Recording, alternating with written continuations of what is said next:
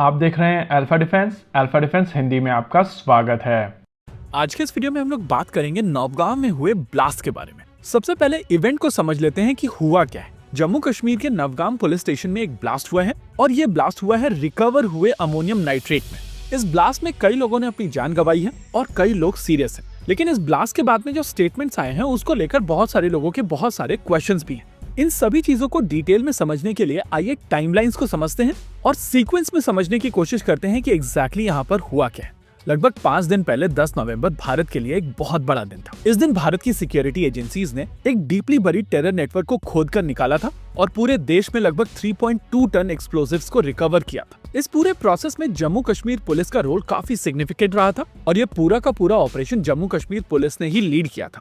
फरीदाबाद में जो explosive recover किया गया था उसको बाद में ट्रांसपोर्ट करके नवगाम पहुंचाया गया था और ट्रांसपोर्ट करने के बाद में इस एक्सप्लोजिव को नवगाम पुलिस स्टेशन के ओपन एरिया में रखा गया था। आमतौर पर रिकवर किए गए एक्सप्लोजिव्स को हैंडल करने के लिए एक स्पेसिफिक तरीके की प्रोटोकॉल का प्रयोग किया जाता है और क्योंकि इस एक्सप्लोजिव को स्टडी किया जा रहा था इस वजह से फोरेंसिक साइंस लैब के लोग वहां पर मौजूद थे और टेस्टिंग के लिए वहां पर एक सैंपल एक्सट्रैक्ट करने की कोशिश की जा रही थी। इनिशियल फाइंडिंग्स के हिसाब से बताया जा रहा है कि यहाँ पर एक ऐसा एक्सप्लोजिव था जो अनस्टेबल था और एग्जैक्टली इसी अनस्टेबल एक्सप्लोजिव में ब्लास्ट हुआ था जिसके चलते वहां पर मौजूद सारा का सारा एक्सप्लोजिव फट गया।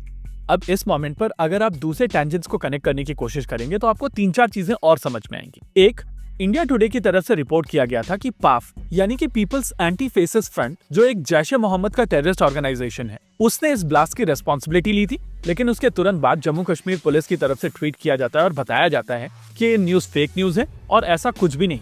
इसके तुरंत बाद जम्मू कश्मीर पुलिस के भी स्टेटमेंट आते हैं और कई जगहों पर कहा जाता है कि ये एक एक्सीडेंटल ब्लास्ट है। जब ये सिचुएशन बनी हुई थी तो हमारी टीम की तरफ से लगातार रिक्वेस्ट की जा रही थी कि ऑफिशियल स्टेटमेंट का वेट कीजिए और आज सुबह 10 बजे जम्मू कश्मीर की पुलिस की तरफ से एक स्टेटमेंट आया था और 10:30 बजे मिनिस्ट्री ऑफ होम अफेयर्स का भी स्टेटमेंट आ गया था। ये दोनों स्टेटमेंट काफी हद तक कंसिस्टेंट थे और इन दोनों ही स्टेटमेंट्स में कहा गया था कि ये एक एक्सीडेंटल ब्लास्ट है। लगभग उसी समय सोशल मीडिया के ऊपर लगातार कमेंट्स आ रही थी कि यहाँ पर कवर अप करने की कोशिश की जा रही है और इतनी जल्दी जम्मू कश्मीर पुलिस और मिनिस्ट्री ऑफ होम अफेयर्स को कैसे पता चल गया कि ये एक एक्सीडेंटल ब्लास्ट है और यहाँ पर किसी भी तरीके का सबोटाज इन्वॉल्व नहीं है।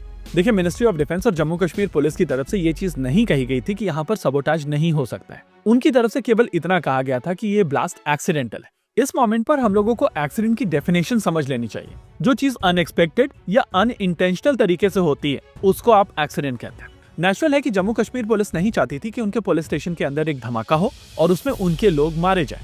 अब ये एक्सीडेंटल धमाका किस वजह से हुआ है उसको समझने के लिए जम्मू कश्मीर के लेफ्टिनेंट गवर्नर मनोज सिन्हा ने इंक्वायरी के ऑर्डर दे दिए हैं और इस इंक्वायरी के बाद में समझ में आएगा कि इस ब्लास्ट के पीछे कारण क्या था। इंक्वायरी के दौरान ये सारे के सारे एंगल परस्यू किए जाएंगे और समझने की कोशिश की जाएगी कि क्या यहाँ पर एसओपी मिस की गई है या फिर यहाँ पर एक सबोटाज एंगल है या फिर यहाँ पर जेन्युइन एक्सीडेंट हुआ है। इन सभी चीजों की डिटेल हम लोगों को केवल इंक्वायरी के बाद ही समझ आएगी। हमेशा की तरह हम लोग यहाँ पर फिर से रेकमेंड करेंगे कि आपको ऑफिशियल स्टेटमेंट का वेट करना चाहिए और जम्मू कश्मीर पुलिस की इंटीग्रिटी के ऊपर क्वेश्चन नहीं उठाने चाहिए। एटलीस्ट जब तक इंक्वायरी के रिजल्ट्स नहीं आ जाते हैं तब तक हम लोग तो नहीं उठाएं। स्पेसिफिकली इस वजह से भी क्योंकि ये पूरा का पूरा मॉड्यूल उखाड़ा ही जम्मू कश्मीर पुलिस ने। इस बात से कोई डिनायल नहीं है कि कहीं पर भी मोल हो सकते हैं, लेकिन इंक्वायरी के रिजल्ट से पहले हम लोग जजमेंट पास नहीं करेंगे। वैसे इन एक्सप्लोजिव्स को लेकर कई सारे क्वेश्चंस उठाए जा रहे हैं और इन सभी इंपॉर्टेंट क्वेश्चंस में से 5 इंपॉर्टेंट क्वेश्चंस हम लोग यहाँ पर एड्रेस करना चाहते हैं। पहला क्वेश्चन है कि ये एक्सप्लोजिव्स वहां पर रखे क्यों गए थे। देखिए, जिस तरीके की फैसिलिटीज किसी पुलिस के पास में है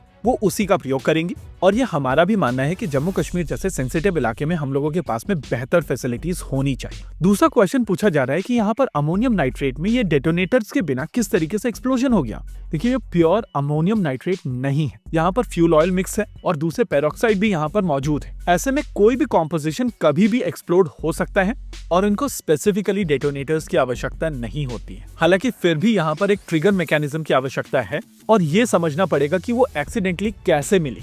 क्या ये सबोटाज हो सकता है? आंसर है कि ये चीज हम लोगों को तभी पता चलेगी जब इंक्वायरी की रिपोर्ट आएगी। इस मोमेंट पर किसी भी चीज से इनकार नहीं किया जा सकता। इस पूरी सिचुएशन में सबसे बड़ा क्वेश्चन है कि क्या ये इंक्वायरी को इम्पैक्ट करेगा। देखिए, इस समय उस टेरर मॉड्यूल को डिग ही किया जा रहा है और ऐसे में अगर इस पुलिस स्टेशन में धमाका हो जाता है तो क्रिटिकल एविडेंस खत्म होने के चांसेस बढ़ जाते हैं। एक्चुअल में कितना एविडेंस लॉस हुआ है वो डिटेल हम लोगों को तभी मिलेगी जब इंक्वायरी की रिजल्ट्स आ जाएंगे। और आखिरी क्वेश्चन है कि पाफ ने इसकी रिस्पॉन्सिबिलिटी ली थी और जम्मू कश्मीर पुलिस की तरफ से साफ साफ नकार दिया गया था कि उनका यहाँ पर किसी भी तरीके का इन्वॉल्वमेंट नहीं है। इसको लेकर हमारा मानना है कि यहाँ पर और ज्यादा स्टडी की आवश्यकता थी और इतनी जल्दी पाफ को क्लीन चिट देने की आवश्यकता नहीं थी। इसी के साथ आज के इस वीडियो में रखते हैं केवल इतना ही। वीडियो को अंत तक देखने के लिए धन्यवाद। देखते रहिए अल्फा डिफेंस। जय हिंद।